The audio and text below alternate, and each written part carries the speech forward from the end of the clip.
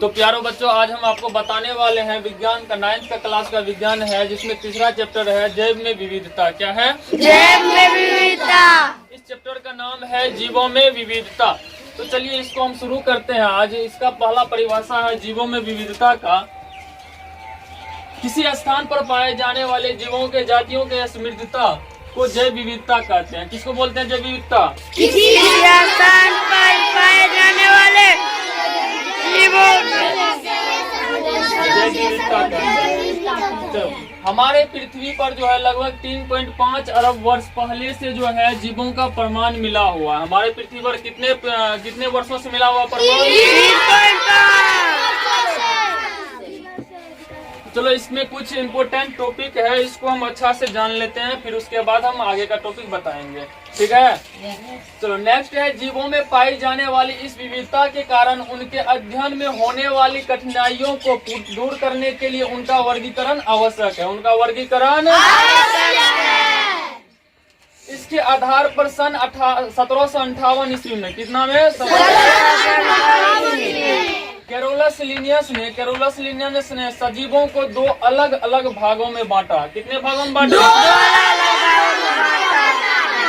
दो अलग अलग भागों में बांटा। चलो पहला है जंतु जगत, जिसका इंग्लिश होता है एनिमल किंगडम। क्या होता है? और दूसरा है पादप जगत, जिसका इंग्लिश होता है प्लांटिंग किंगडम। क्या होता है? Planting kingdom. उसके बाद हम जानते हैं वर्गीकरण क्या होता है। वर्गीकरण का इंग्लिश होता है क्लासिफिकेशन। क्या होता है? वर्गीकरण का इंग्लिश जीवों के विविधता के अध्ययन को सहज करने हेतु हम उनकी समस्याओं, समानताओं और विषमताओं के आधार पर उन्हें विभिन्न समूहों में बांटते हैं, जिसे हम क्या बोलते हैं? जिसे हम क्या बोलते हैं? वर्गीकरण कहते हैं। वर्गीकरण विज्ञान क्या होता है इसको हम जानते हैं, टेक्सोनोमी। चलो टेक्सोनोमी को हम जानते हैं। टेक्सोनोमी जीव विज्ञान की वह शाखा जिसमें जीवों का सुव्यवस्थित और क्रमानुसार विभिन्न समूहों को विभाजित, उसका जैव नामकरण तथा उनमें संबंधित सिद्धांत का अध्ययन किया जाता है, उसे क्या बोलते हैं? वर्गीकरण विज्ञान या वर्गीकी बोलते हैं। वर्गीकरण विज्ञान या वर्गीकी बोलते हैं। बताओ वर्गीकरण का पिता किसे कहा जाता है? वर्गीकरण या वर्गीकी का पिता कैरोलस लिनियस। इंग्लिश में इसी को हम बोलेंगे father of taxonomy. Father of taxonomy is Carolus Linnaeus.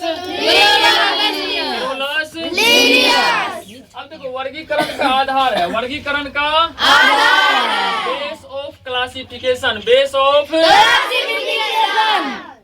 अब देखो वर्गीकरण के अंतरराष्ट्रीय पद्धति के अनुसार एक संपन्न जंतुओं और पौधों को अलग अलग इकाई में वर्गीकृत किया गया है। अलग अलग इकाई में वर्गीकृत किया गया है। इस इकाइयों को हम लोग जाति बोलते हैं। क्या बोलते हैं? जाति। इस इकाइयों को जाति बोलते हैं।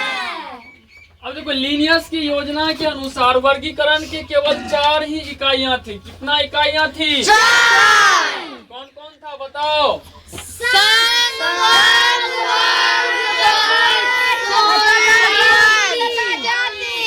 क्या सब है बोलो? पहला है संघ, पहला है जिसका अंग्रेजी होता है फाइलम। क्या होता है? दूसरा है वर्ग, दूसरा है जिसका इंग्लिश होता है तीसरा है वंश, तीसरा है जिसका इंग्लिश होता है। उसके बाद देखो तथा चौथा है जाति। चौथा है जाति जिसका इंग्लिश होता है स्पीसीज। क्या होता है? किंतु उनके समय से अब तक इसमें और भी अनेक इकाइयां जोड़ी गई। और भी अनेक इकाइयां जोड़ी गई। अब जैसे देख लो अनेक इकाइयां कौन कौन जोड़ा गया वो देख लो। संघ तो है पहले से, उसके बाद गण आया और कुल आया, वंश तथा जाति पहले से। तो ये सब और भी जो इकाइयां जोड़ी गई, लेकिन इस इकाइयां को और भी छोटी किया जा सकता है। इस इकाइयां को और भी छोटी किया जा सकता है। और इस इकाइयां को और भी छोटे करके इसको अलग अलग भागों में बांट दिया। जैसे देखो उपसंघ जिसका इंग्लिश होता है सब फाइलम। क्या होता है? जिसका इंग्लिश होता है सब क्लास। क्या होता है? उसके बाद है उपवंश, जिसका इंग्लिश होता है सब जेनस। क्या होता है? तथा इसका चौथा हो गया तुम्हारा उपजाति, जिसका इंग्लिश होता है सब स्पीशीज। क्या होता है? यहाँ तक तुम लोग को कोई दिक्कत? अच्छा से समझ में आ गया ना? चलो अब जानते हैं, नेक्स्ट में पार्ट में देखेंगे इसको।